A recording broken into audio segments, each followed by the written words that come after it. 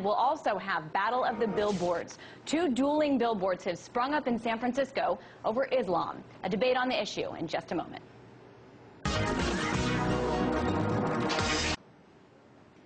Now, meanwhile, a battle of bus ads is taking place in some major cities across America. Public transportation is the latest site of a religious battle over Islam.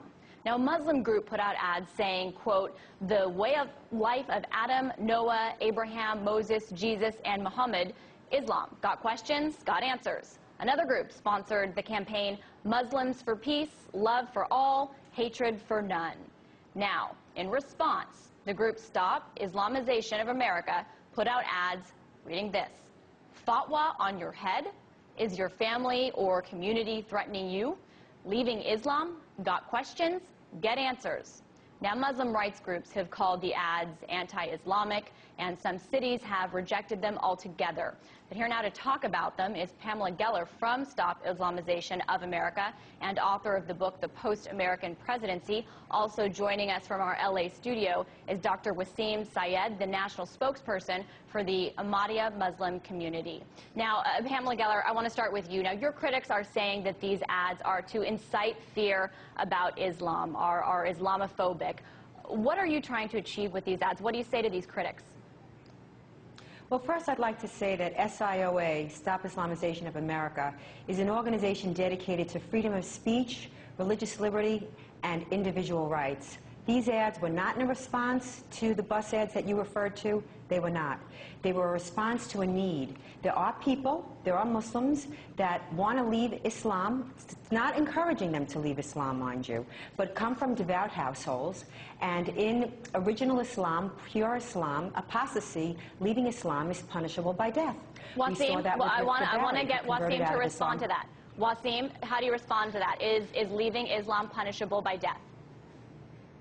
As a member of the Ahmadiyya Muslim community, we believe in Mirza Ghulam Ahmad. We are Muslims who believe in Mirza Ghulam Ahmad Qadiani as the promised Messiah.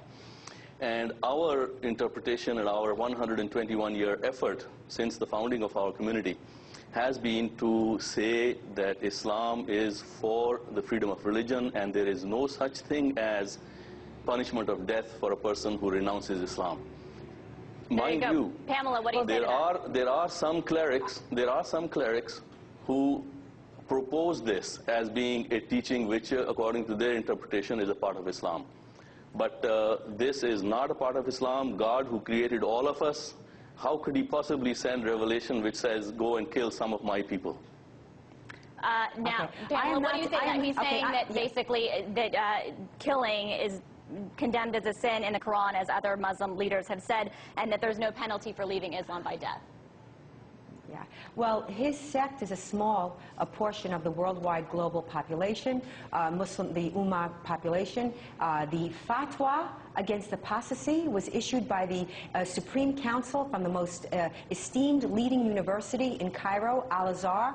You can see the fatwa. It's listed online. I wish that all of the Muslims, the devout Muslims, felt as Dr. Saeed did. He is not who the people that grow up in that household does not have that problem. The ad is not directed at Muslims. It's like saying if I ran an ad for, let's say, spousal abuse, wife beating, I'm not saying that all husbands beat their wives.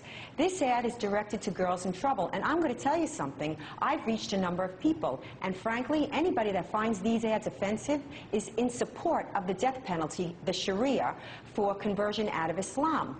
And frankly, people need to evaluate that. What is wrong with these ads? It just says, are you in trouble? And it provides a gateway to help girls. And if I've saved one life, then it's worth all this flack. But I don't believe that Muslims in America are against religious liberty. I think they come to America to get away from the Sharia. I think they come to America for religious liberty. So why do they find it offensive? I think Islamic supremacists, like co-conspirator CARE, Hamas-linked ISNA, they find it offensive because they are Islamic supremacists. But they don't represent Muslims in America. Okay. No way. Wasim, why are these ads offensive? As Pamela said, she's providing a service here. I think the statement is that if a person wants to live Islam, he should be just as free to leave Islam as a person who wishes to accept Islam. I think the ads that we have running, and I have this, and I think you showed it, this is our goal. We want to emphasize that Muslims must, in the United States of America, stand up and speak out and say that the Islam they believe in is Islam which teaches peace, the essence of it. And I think these kinds of ads that are being, Pamela has going on the buses, in some sense, the Muslims have been asleep at the helm. Our religion has been hijacked by people, and they say that they are the defenders of the faith, and they're killing Christians and Jews, and they think this is something which is Islamic. And they're using Islam to legitimize something that is totally un-Islamic. But it is our duty as Muslims, and this is what we are doing. We are going across the country, and it's not the bus ads. 100 bus ads is anybody can purchase. Thousands of members of our community are going door to door, and this year our goal is that 6 million Americans should receive this message that Islam stands for peace. And they can call this 1-800-YISLAM number, okay, or muslimsforpeace.org. Wasim, so you don't have any problem with Pamela's bus ads? I think this is a great country. It gives us the freedom for Pamela to say what she wants to say, and for the Muslims to be able to say what they need to say and wish to say. And I invite all Muslims in the United States, they should stand up and they should go around the country and tell their neighbors, Islam means peace. And they shouldn't fear it, Muslims. Can I say something? Part of the problem is that there are a lot of... Wasim, hold on for one moment. Pamela, I want you to respond to what he said. I also want you to respond to... Wasim, hold on real quick. Hold on. Let me just ask you this. Wasim is fully supporting your freedom of speech to have these ads. Meanwhile, 125 religious leaders of various faiths in the Bay Area signed a statement that denounced your ads as Islamophobic. Some cities have banned them. So clearly some people are offended and say this promotes anti-Islam sentiment in the United States, which is a problem. How do they not? Well, first of all, it goes to show you just what kind of trouble the Muslim girls, or men for that matter, who want to leave are in. If I'm getting this kind of flack by providing a safe way for people that have been threatened by death, by their family or their community. I don't think that's the threat, Pamela. I don't think that's the threat. The threat is that it's promoting a view of Islam that promotes stereotypes that are inaccurate. How is it?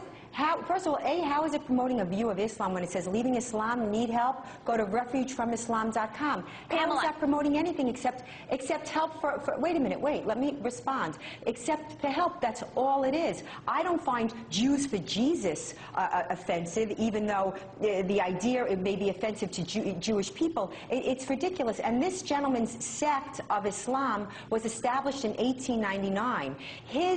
This particular sect is persecuted in Indonesia brutally and persecuted in Iran brutally. It does not represent the 1.5 billion Muslims worldwide. And Pamela, I will tell you that the only media outlet that actually went to speak to Muslims who tried to leave Islam in America, the Washington Times, found every single instance. A couple of teachers in Dearborn said, this is very good. People are terrified to talk about it. They're really scared. Okay, listen, Pamela. You shouldn't be scared in America. Pamela, what does, you're seeing this kind of blowback that I'm getting. Fatwa on your head mean? What does fatwa on your head mean? A fatwa is the ruling by an Islamic cleric on matters regarding religion. In this particular case, it's apostasy. There was a fatwa issued from Al-Azhar University against apostasy, that apostasy is punishable by death. When Rifka Bari's mosque was spying on her and told her parents that they should straighten her out or else, her father, threatened to kill her if she had this Jesus in her heart. She had to run away. She had nowhere to go. When Noor al-Maliki was living too Western a life and she tried to get away, her father ran her over. And if that wasn't enough, he backed up the car and he ran her over again and again. And now these girls deserve a place to go.